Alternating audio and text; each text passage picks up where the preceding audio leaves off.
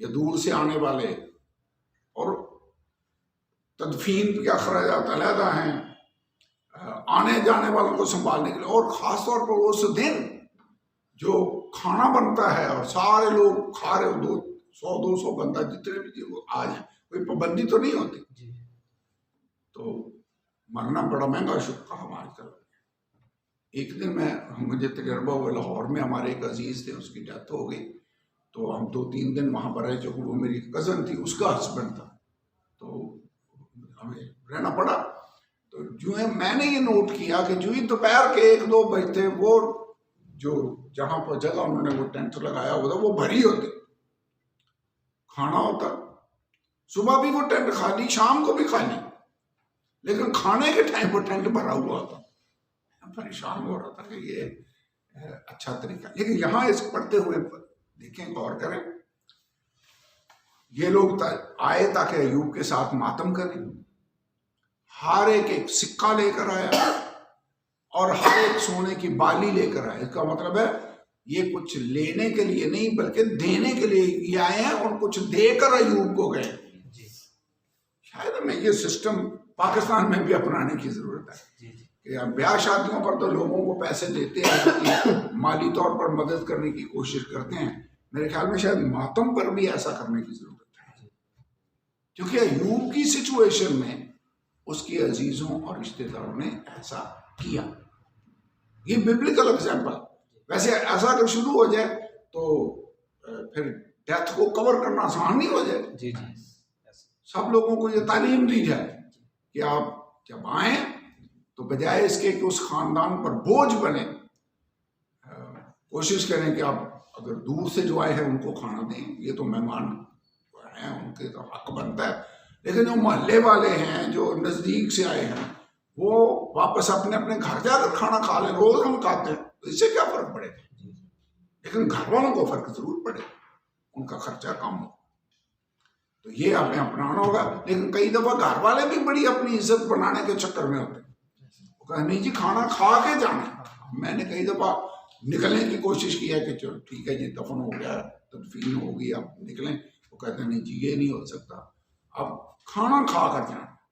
کیونکہ وہ اسے اپنی وہ پریسٹیج کا مقام بنا لیتے ہیں کہ ہمارے معاشرے میں عزت رہ جائے اور ہمارا ناک نہ کٹ جائے، ناک ہی لمبا کرنے کے چکر میں رہ جائے. تو میرا مطلب یہ ہے، ہمیں میرے خیال میں دیگر غریب لوگوں کا بھی خیال رکھنا ہوگا. کئی دو آج کل تو بیماریاں بڑی مہنگی ہیں، ہارٹ کا کسی کو مسئلہ ہو جائے وہ بھی مشکل ہے، کینسر جیسے مرض جو عام آج کل ہو رہا ہے وہ مشکل ہے، اور اس کے بعد جب ڈیتھ ہو جائے تو پھر تو اور پریشانی پیدا سے. میرے خیال میں ہمیں جو پرنسپل یہاں سے مجھے سمجھ آیا وہ یہی ہے کہ ہمیں کسی ڈیتھ کے والے گھر میں جائیں تو ان پر بوجھ نہ بنے بلکہ ان کے مددگار بننے کی کوشش کریں کہ ان کے دکھ کو ہم بانٹ سکیں اور ان کی ہر طرح سے ہم ہیلپ کر سکیں، انکلوڈنگ فائنینشیل ان کی مدد کرنی چاہیے. سو آئیے کھڑے ہوں، خدا کا شکر ادا کریں. خدا تیرا شکر ہو تیری ساری برکتوں کے لیے.